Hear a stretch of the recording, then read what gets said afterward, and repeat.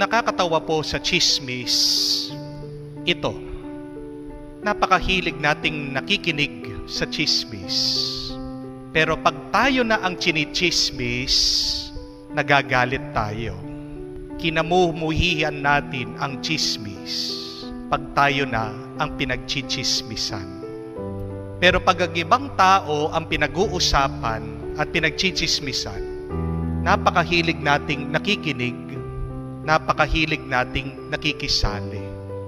May pakinabang ba tayo sa tsismis? Mabuti ba ang tsismis? Kung hindi natin maaalis ang tsismis, ano ang gagawin natin pag dumarating ang tsismis sa ating buhay? Ang ating kwento ngayon sa Ebanghelyo ay tungkol sa tsismis ng isang